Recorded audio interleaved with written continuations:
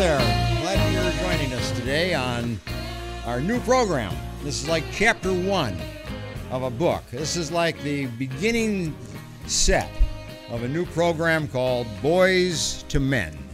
So welcome. I'm glad you're joining me today, and be an opportunity for you as a parent, particularly a father. This program is really geared towards fathers, but I want both parents involved because this is the way in which kids grow and kids mature and kids become a citizen, a mature adult, a contributing adult to their community and to society. And we want to do all we can as parents to bring our kids up right and bring them up fully. So that's why we titled this Boys to Men. So Dad, join us today particularly and pay attention to what we're really trying to say to you, to give you some advice, to give you some guidance as to how you can be an effective father, an effective parent with your kids. While we're focusing on boys, a lot of these things are going to apply to girls just as well. But get the focus and get the ideas and apply them in your home. So thanks for joining us today. And the backdrop is a particularly meaningful backdrop to me. I selected that on purpose so that you would have opportunity to just reflect on this relationship between a boy, and a father. So just kind of look at it as a message. It's a story in itself. You have the story of the father and the little boy. Now that's a beautiful scene. That's a beautiful relationship. It happens to be a duck hunting context. But what's important is not the duck hunting. What's important is that father and son are together. And they're enjoying an activity together, building a memory together, so that that little kid in that picture will now have a memory for the rest of his life of doing something memorable with his father, something great with his father, something different with his father, a story that he'll be able to tell on into his life, into the future of his life, and to his kids. So that's why I picked that. It's a very meaningful story of a father sharing an experience with a boy and giving the boy a meaningful memory that he'll take with him through life. But the other thing is important in that story is look at the father's hand as it points off into the distance. Symbolically, the father is saying, that's the future. That's our future. That's your future as a boy. That's your future as you develop yourself as a child. So look forward. Look into the future and dream. Dream big dreams. Go after your dreams. Build around your dreams. Make sure your dreams are realistic and make sure that they can be fulfilled. And make this as a memorable occasion for the two of us, father and son. So see the pointed finger? Go for it. That's the dream that the father is giving to the kid and encouraging the kid to have and to fulfill in his life. So whether you've had those experiences or not as a father in your children and your son, I don't know, but I recommend it. I value these kind of experiences in my own personal life with not only my father, but I value them with men in my life who have been mentors and men who have taken me in places like this and given me the experiences that I now remember all my life. And I can relate to that particular scene because I was that little boy at one point in time in my life. So I hope that you can say the same thing. So what I'd like to do now is just kind of shift over to a couple points that I'd like to share with fathers. So fathers, pay attention. What I have now to kind of share with you are a series of points of really what a father is, what a father does, what a father can be, what a father should be, what a father might be in the life of his kid, and making sure his little boy, his son, grows up to be that man that we want him to become and that he's capable of becoming and that he himself wants to become. So let me shift over. And in so doing, let me just kind of bring to your attention the idea here that a father is not just a second parent in the home. We don't want to put the father in that kind of a context. He's not a second father. He's not a second parent. He's not just a second adult. He's not just another adult. The father is a key figure in the home of every kid, but particularly in the life of every boy. So the father has to have a positive impact, a positive influence on his son. But you have to do that by first knowing that you're the primary parent. You're the essential parent, not just another adult in the home. So let me walk through a couple steps here of what I think are important for fathers to realize and to get a grasp of as to what their role is and what they are in the context of the home and what they are to their child, what they are to their son, what they are to their children, what they are in the home. What is a father, and what does a father behave like, or should behave like, can behave like, as he shepherds his children, as he brings up the children in maturity and in fullness of life? First of all, let me just say this. Fathers are protectors. Fathers are protectors. We not only protect children and our sons physically, but we protect them from the forces of the community, from the forces of the playground that the kids are exposed to. Sure, you physically protect your home, you protect your child, but you protect your child from teachers sometimes that are just out of whack and just not behaving properly themselves. Sometimes you protect your children from the peers that put pressure on your kids, and they need your protection, they need your guidance as a father. So see yourself, first of all, you're to protect your child. Protect them from harm. Protect them from harassment. Protect them from abuse. Protect them from neglect. Make sure that you are in the life of the child as a protector, as a father. Secondly, let me just say this. A father is to be affectionate. He's to be warm. He's to be caring. It's very important that fathers exude affection towards their boys. Boys learn to be affectionate as they learn it from their parents.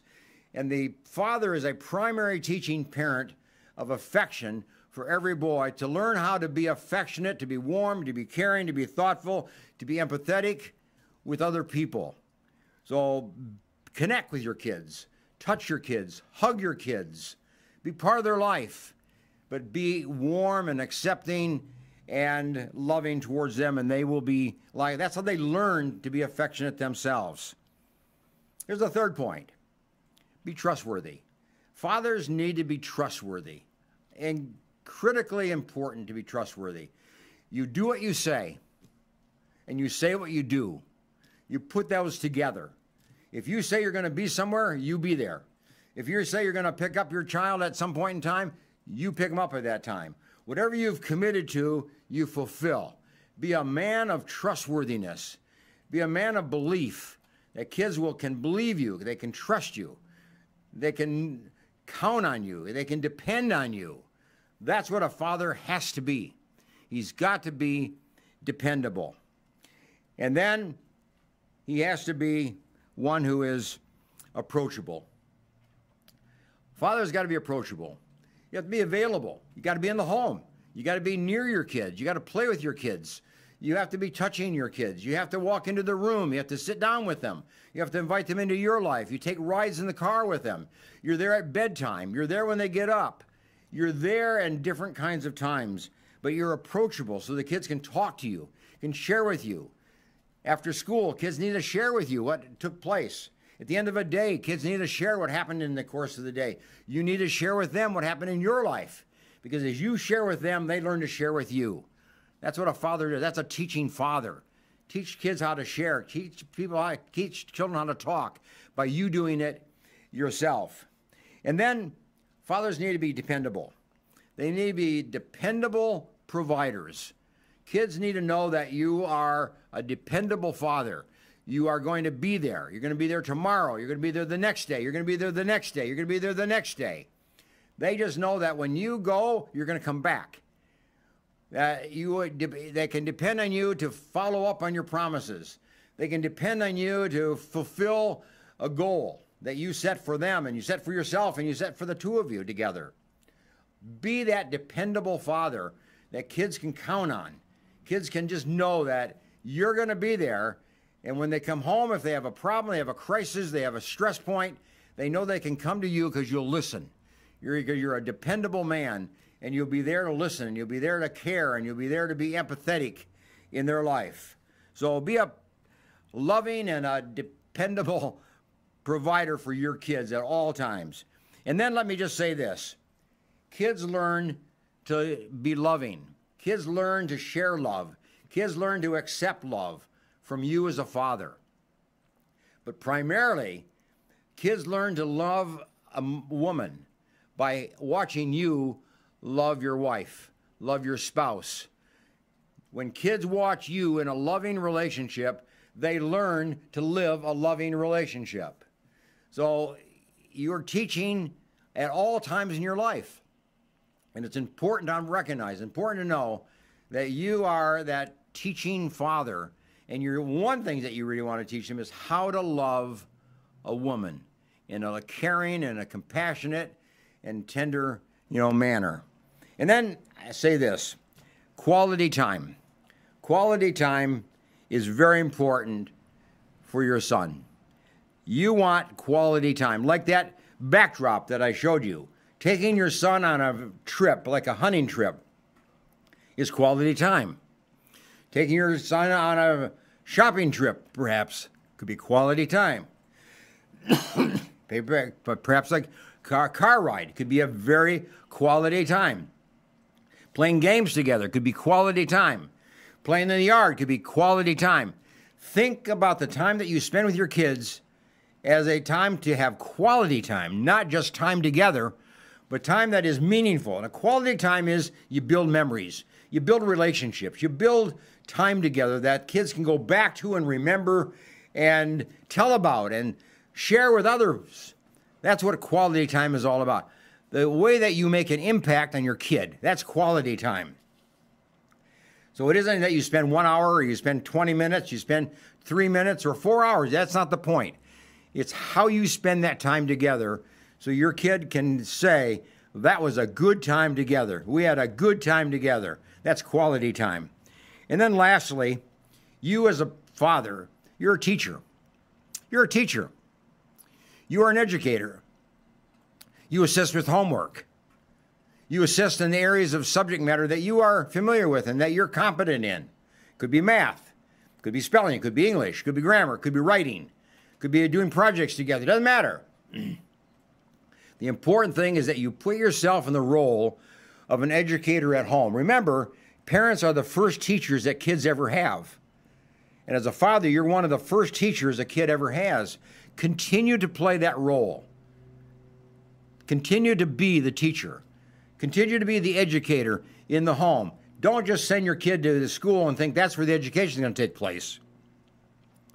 Education is going to take place as you become involved in the learning process with your kid. You're an educator, so see yourself in that way. So there you are. Those are the primary characteristics of what makes a father and the kind of a father that kids want to have and that kids would respect and kids would relate to. Now, just let me say this before I shift to a kind of a second topic. It doesn't really matter whether you're a father in the home 100% of the time. It doesn't really matter whether you are in a divorce situation and you only visit your kids once in a while, or that they come and visit with you once in a while. It doesn't really matter. It doesn't matter that you maybe work out of town and come home only on weekends, or whatever the combination might be. It doesn't really matter where you interact with your kid. The important thing is that you interact with your child, and you interact in a dependable manner. You interact in a manner that your kids will count on you and will gain from you and will learn from you and will look forward to your being in their life and being part of their life because you have invested in them.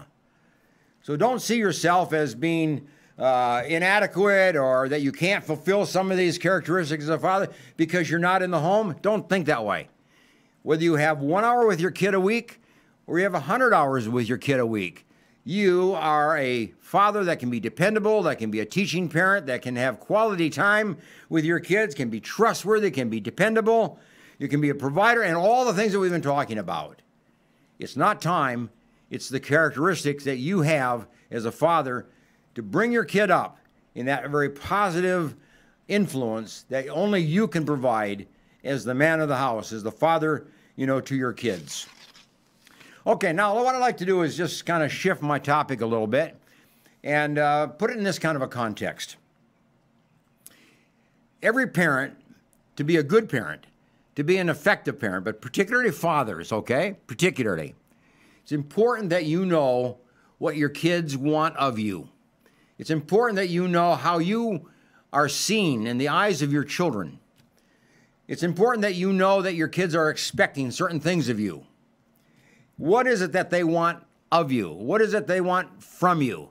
That's what's critical in the life of every parent. Listen to your kids. They'll tell you what they want of you. They'll tell you what's missing. They'll tell you what you're doing that's good and wise and positive, but they'll also tell you what you're not doing. But you got to listen to your kids. You got to be open to your kids. You got to be receptive to your kids.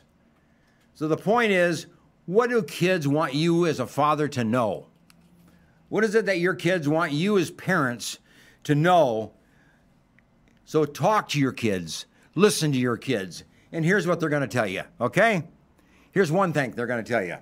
They're going to say this: please show me, don't just tell me. That's what kids would want. They want you to, sure, they want you to assign them a task or a chore or a duty or whatever it might be, but they want you to do it with them. And they say that by saying, show me how to do it. Show me what to do. That means you're teaming up. You're doing things together. And as you do things together, they'll learn better. They'll participate better. They'll enter into it in a more positive spirit. So kids are saying this: don't just push me off, and don't just send me away, and don't just go tell me what to do. Actually, do it with me and show me what to do so that in the future I will know what to do and I'll know how to do it. That's what kids are asking, okay? So listen to your kids. That's one thing. Here's another thing that kids are saying to your parents or to their parents: love me convincingly. Love me convincingly. Kids want to be loved, and they know that you love them. You're a parent. They know that you love them, but they want to be convinced of your love for them. I often will ask a kid when I see him in my office as a psychologist, I said, do your parents love you? And they'll say, oh yeah, sure they do. So then I'll follow that up with a question by saying, how do you know that? Well, some kids don't know. Some kids can't answer that question. Some kids can. So what is important here is that you not only love your kid, but that you convince them of your love. You show that. You dwell out ways in which you love your kid on a daily basis so that he doesn't miss the point at all. He knows that you love because you show it, and you show it in a convincing way. Now here's the third issue. For fathers, discipline, but be kind. Discipline, be firm, but be kind. Have a firm manner in your discipline. It's important that a father disciplines his kids. In fact, it's very important that fathers take the role of a disciplinarian in the home. But here's the deal. Here's the thing you got to keep in mind. If you punish your child, what you're telling the child is, don't do that anymore. That's what punishment says. Don't do that. But it never tells the child what to do. That's what reinforcement, that's what positive reinforcement says, which you follow up on. You say, don't do that, but what instead I want you to do this. And that's what discipline is all about. Pointing the kid in the right direction and pointing him away from the wrong direction. That's discipline. It isn't a matter of spanking. It isn't a matter of sending a kid to his room, although that might happen.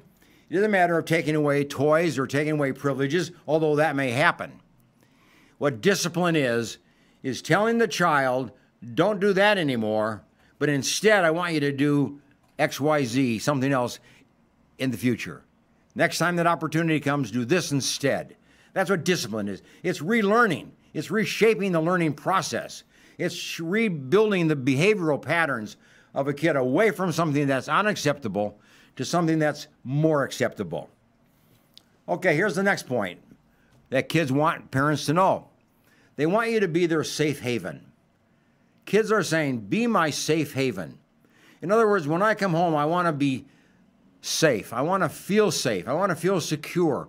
I want to feel comfortable. I want to feel loved. I want to feel accepted.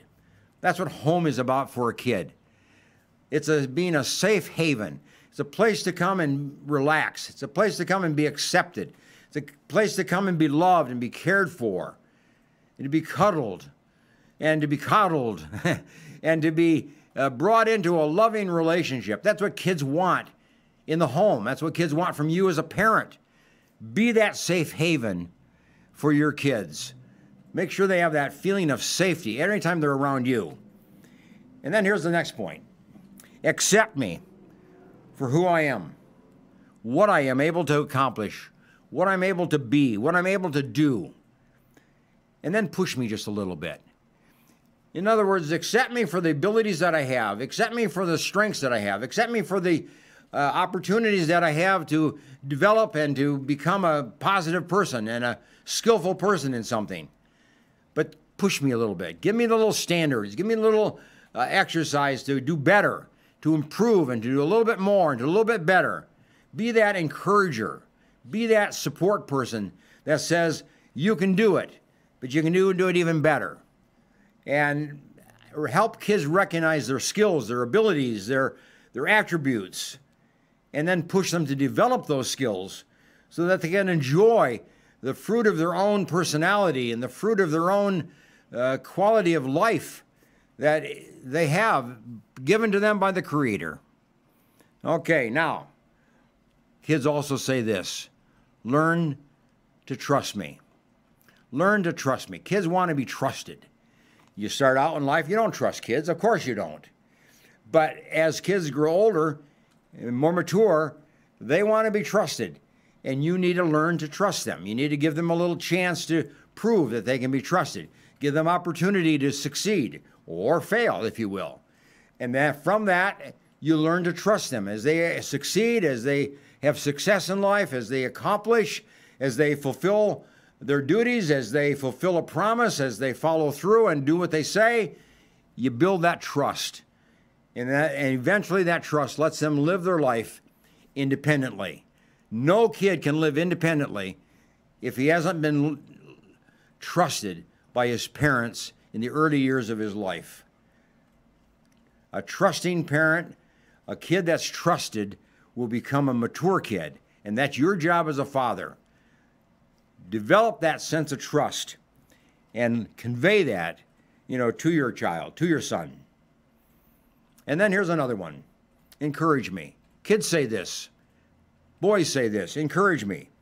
Help me have faith in myself. Help me gain faith in myself. Help me believe in myself. Help me have confidence in myself. When I do something that's good, tell me. When I try something new and different and I succeed in it, celebrate with me.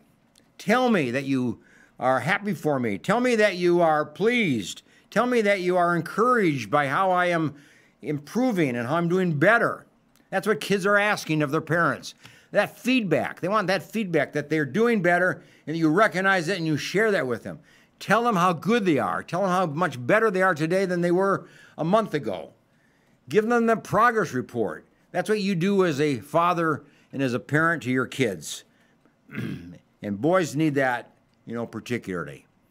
And then lastly, let me just say this. Fathers, introduce your son to God. Introduce your son to a faith in his life, a sense of awe, a sense of goodness, a sense of greatness, a sense of faith, a sense of follow through into a world that is exciting and open and enjoyable, to read the Bible and to talk about Bible stories and to go to church and to hear stories and to hear sermons and then talk about them together. That's a great joy for a father and a son to have together. It isn't a matter of sending your kid to church. It's taking your kid to church. It's not sending your kid off to some kind of a faith opportunity. You take him to that faith opportunity. Be that messenger of faith in the life of your son and the life of your children. So there you are. That's what kids want you to know as a father. That's what kids want you to know, as a parent. So when we have this opportunity for you to enjoy your children You can enjoy them in a lot of different ways. You can engage in a lot of different activities. And every one of those are teaching opportunities. But it's not just a matter of doing something, just not a matter of being with your kids, but it's a matter of trying to be part of their life so that they will talk, that they will share with you their feelings, their experiences, their doubts, their stresses, their sadnesses, their hurts. They have to have somebody to share that with. And Dad, you're the person. You're the one that's there. You're the one that they want to tell that to. They want you to be part of a sharing relationship in their life. It was sad the other day when I was talking to a teenage girl. And I was talking to her about her parents. And I was talking to her about her mother, with whom she has a very close relationship. And then I shifted over and talked about the father.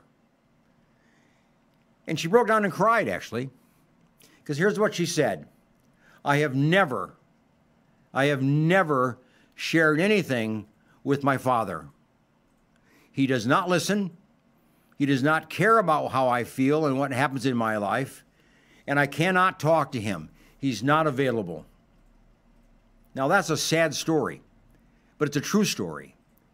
And it's true for many, many, many different fathers in our life. Fathers can be very removed and very distant from their kids. Don't choose that option. Be involved. Be part of their life. Take your kid to work. You go to school with your kid. You go to the sporting events with your kid. You bring your kid with you to the things that you're involved in so that there's an openness, that there's an interaction pattern, there's a sharing pattern.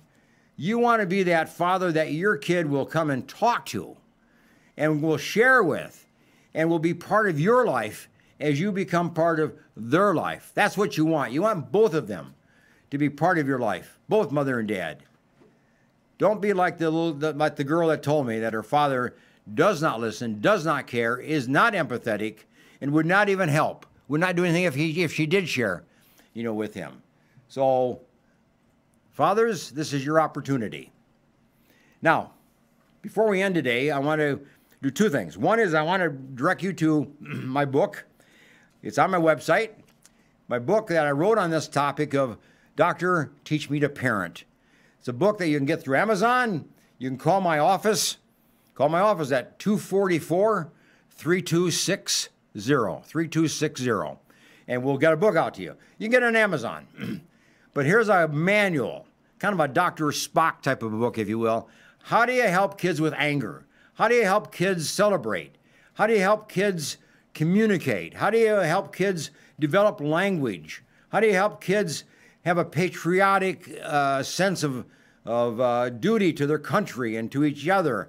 How do you teach social relationships? And on and on and on and on. About 70 different topics. So ways in which you as a parent can help your kid mature and grow and be an effective child. So the book's for you, Dad. Doctor, Teach Me to Parent. You are in the parenting role. You're in a teaching role. But I want you to be in a learning role so that you are a better teacher, to your kids than you were otherwise. So the book's available to you. Pick it up, and I hope that you'll find it to be helpful in your life. And then the other thing is, that book was then committed to an online course on parenting through the school here in Fresno, Fresno Pacific University. And you can go online, and the course is called Parenting Better. And there's the code that you punch in, and it will direct you to the course. It's the online education department of Fresno Pacific University. And you can take the course online. It's a way in which you can learn to parent. And you do it at your own pace. You can do it in the course of a month. You can do it in the course of 2 or 3 months if you wish. Doesn't matter. You can do a little bit today, and then a little bit next weekend, and then maybe the next weekend, and spread it out so that you digest what you're learning. But it's an opportunity for you to pick up a course on parenting. Now, if you happen to be required to take a course, maybe the court has offered the opportunity for you to take a course and ordered you to do so. Here's a course that you might be able to provide the court and say, I'll take this one, and they'll accept it as a course for you to learn parenting skills, to fulfill some kind of a court order that may have, for you. So that's available for you, and I recommend it to you. Okay, now, we're going to end here in just a moment, but a question came in. I have a question, and I'd like to answer it. And maybe the question will be helpful to you. Here is the question that was put forth by somebody. The things that I say about the Father, the characteristics that I identified as the Father, do they also apply to the Mother? Do they also apply equally to the Mother? Well, let's take a look at that question. Okay? What I've been talking about are characteristics of an effective father. We want fathers to be positive and effective and strong and be a leader in the home.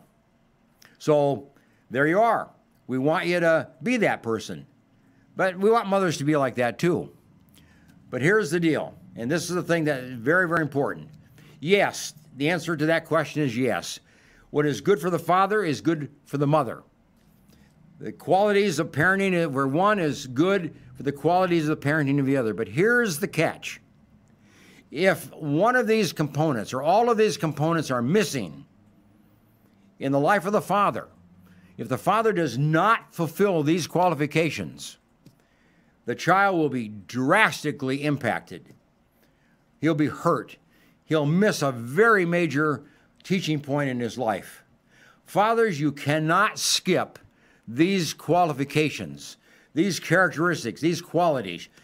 If you do, your kid is going to greatly suffer as a result of your absence or your inability or your neglect of these qualities. They're important that mothers maintain them, that mothers live these qualities. They're very important. But it's more important that fathers do. But it will be a negative, a very drastic negative impact upon your son if you don't fulfill these particular qualities that I've just identified today. So fathers, the chip's on your shoulder. The burden is on you. And I want you to be effective. I want you to be strong. I want you to be the father that you can be proud of being. I want you to raise a kid that you'll be proud of. A kid that you will put forth to the community and say, this is my kid, this is my son. And he's a leader. And he's going to take us to the next level. I want you to be proud of your kid. But it starts here today. Be the father of quality and be a father that listens to your kids. Okay? See you next week. Bye for now.